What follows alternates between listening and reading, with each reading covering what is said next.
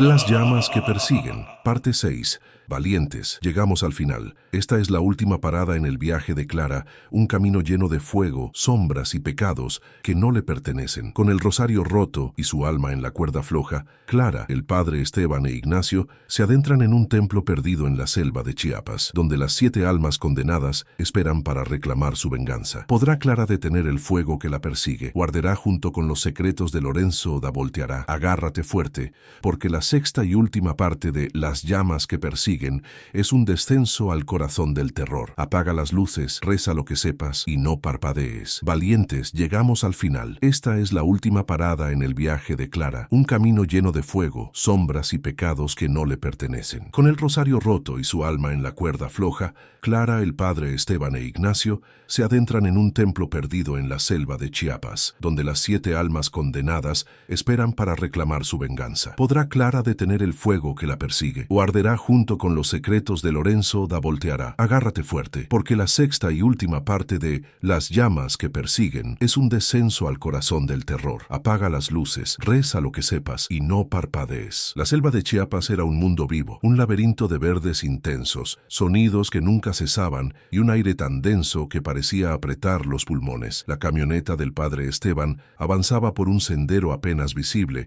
con ramas y enredaderas golpeando los costados como dedos que intentaban detenerlos. Clara Morales, en el asiento del copiloto, miraba al frente, pero su mente estaba en otra parte, en la pira, en los ojos de Lorenzo da Volteará, en el fuego que nunca se apagaba. El rosario, o lo que quedaba de él, estaba en su bolsillo, un puñado de cuentas rotas que ya no brillaban. El fragmento de la cruz de Lorenzo da Volteará, envuelto en un paño en el regazo de Ignacio, era su última esperanza, pero incluso eso parecía débil, como si el poder que alguna vez tuvo se estuviera desvaneciendo. Clara sentía el peso de los últimos días, de las palabras de Ignacio. Tu alma. Si el ritual en el templo requería un sacrificio, ¿estaba lista para darlo todo? En el asiento trasero, Ignacio estaba en silencio, sus manos apretando su bolsa de cuero. Sus ojos, normalmente agudos, parecían nublados, como si la selva misma lo estuviera afectando. El padre Esteban conducía con una determinación que rayaba en la desesperación, sus labios moviéndose en una oración silenciosa. El silencio en la camioneta era opresivo, roto solo por el rugido del motor y el canto de los insectos afuera. ¿Estás seguro de que este es el lugar?, preguntó Clara, su voz áspera por el cansancio. Ignacio asintió, aunque no la miró. El templo está aquí. Los antiguos lo construyeron para apaciguar a los espíritus, para sellar lo que no debía caminar. Si hay un lugar donde podamos detener a las almas, es este. Clara frunció el ceño. ¿Y si no funciona? ¿Y si mi confesión no es suficiente?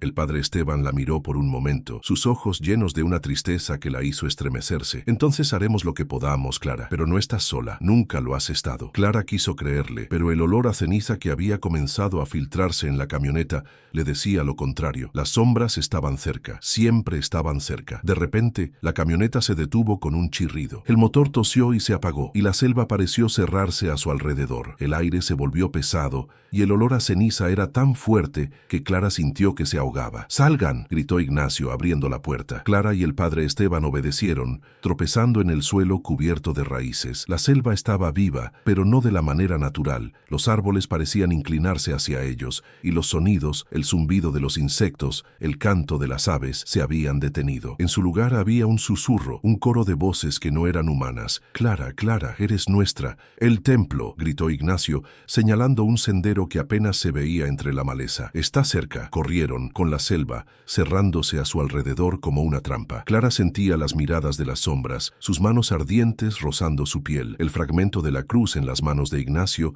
brillaba débilmente, pero no era suficiente. Las almas estaban más fuertes, más reales, como si la selva misma les hubiera dado poder. El templo apareció ante ellos como un espejismo, una estructura de piedra cubierta de musgo y enredaderas, con tallas que parecían moverse bajo la luz de la luna. No era grande, pero tenía un aire de antigüedad que hacía que la selva pareciera joven en comparación. La entrada era una abertura negra, como la boca de un gigante dormido, y el aire que salía de ella olía a tierra y a ceniza. Clara sintió un escalofrío al cruzar el umbral. El interior del templo era una sola cámara, con paredes grabadas con símbolos que hacían eco de los de la cueva, el convento y el santuario. En el centro había un altar de piedra, manchado de oscuro, como si hubiera sido usado para algo más que oraciones, y en la pared del fondo un círculo de obsidiana, pulido como un espejo, reflejaba la luz de la linterna de Ignacio. «Es aquí», dijo el chamán, dejando su bolsa en el suelo. «Aquí es donde termina». Clara miró el altar, sintiendo el peso de sus palabras. El fragmento de la cruz estaba en las manos del padre Esteban, y ella sostenía las cuentas rotas del rosario. No había luz, no había calor, solo la certeza de que las sombras vendrían, y esta vez no habría escapatoria. Ignacio comenzó a preparar el ritual,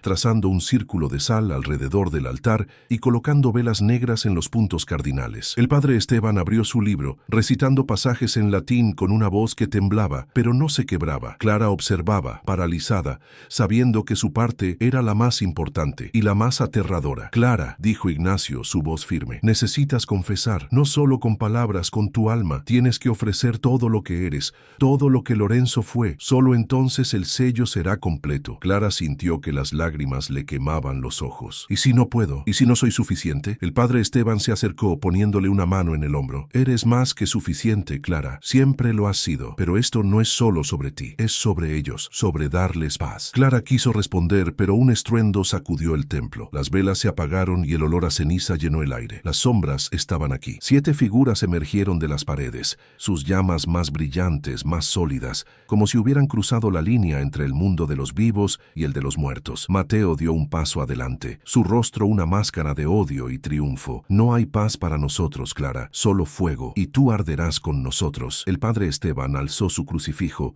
su voz resonando en el templo. Ignacio sacó su cuchillo de obsidiana, trazando símbolos en el aire. Clara apretó las cuentas del rosario, pero no había luz. Las sombras avanzaron, sus llamas consumiendo el círculo de sal, y el altar comenzó a agrietarse. «El ritual», gritó Ignacio. «Ahora». El padre Esteban recitó más rápido, su voz mezclándose con los gritos de las sombras. Ignacio vertió un líquido oscuro sobre el altar y el fragmento de la cruz comenzó a brillar. Pero no era suficiente. Las sombras estaban demasiado cerca, sus manos ardientes alcanzando a Clara. Ella cerró los ojos buscando algo dentro de sí misma y lo encontró. Lorenzo de pie frente a la pira, con la cruz en la mano y el corazón lleno de arrogancia. Pero esta vez no estaba solo. Clara estaba ahí, dentro de él, sintiendo su culpa, su miedo, su humanidad. Y por primera vez no lo odió, lo entendió. «No soy él», susurró Clara, abriendo los ojos, «pero llevo su alma y lo siento. Siento lo que hizo, siento el dolor que causó y estoy aquí para arreglarlo». Arrojó las cuentas del rosario al altar y el fragmento de la cruz explotó en luz. Las sombras aullaron, retrocediendo, pero Mateo no se rindió. Su voz cortó el caos. «No puedes salvarnos. El fuego es eterno». Clara dio un paso adelante, ignorando el calor que le quemaba la piel. «Tal vez no pueda salvarlos», dijo su voz firme, «pero puedo detenerlos, por mí, por ellos, por todos los que han sufrido, por lo que hice». El círculo de obsidiana en la pared comenzó a brillar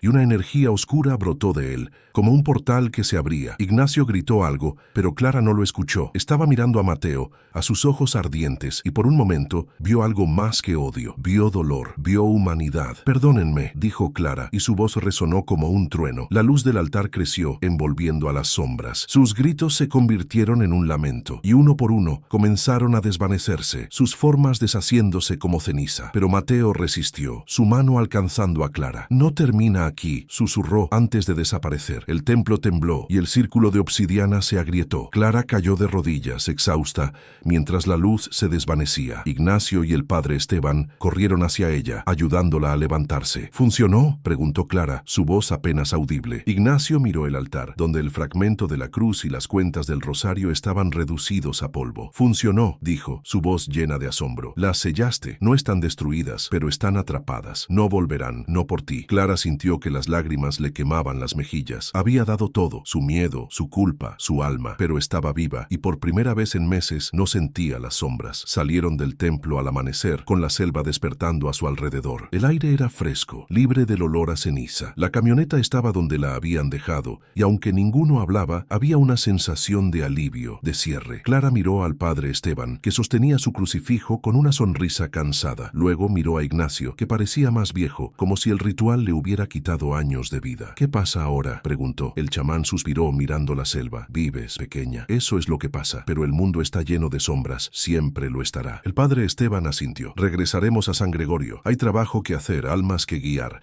Pero tú, Clara, tú eres libre. Clara quiso creerles, pero una parte de ella sabía que nunca sería completamente libre. Lorenzo da Volterra viviría en ella, en sus sueños, en sus recuerdos, pero ahora era su fuerza, no su carga. Mientras conducían hacia el norte, el sol salió, pintando el cielo de un dorado que parecía lavar el miedo. Clara cerró los ojos y por primera vez en mucho tiempo no vio la pira. Vio a su abuela Rosa sonriendo, con el rosario en la mano, y en su corazón supo que lo había logrado. ¡Santo cielo! ¡Qué final! Clara enfrentó el fuego, confesó el pecado de Lorenzo y selló a las almas condenadas en un clímax que nos dejó sin aliento. Pero ¿están realmente atrapadas? ¿O el fuego volverá algún día? Las llamas que persiguen termina aquí, pero el terror vive en cada sombra. Gracias por acompañarnos en este viaje, valientes. Suscríbete, activa la campanita y déjanos un comentario. ¿Qué te pareció el final? ¿Quieres más historias como esta? Nos vemos en la próxima, si te atreves.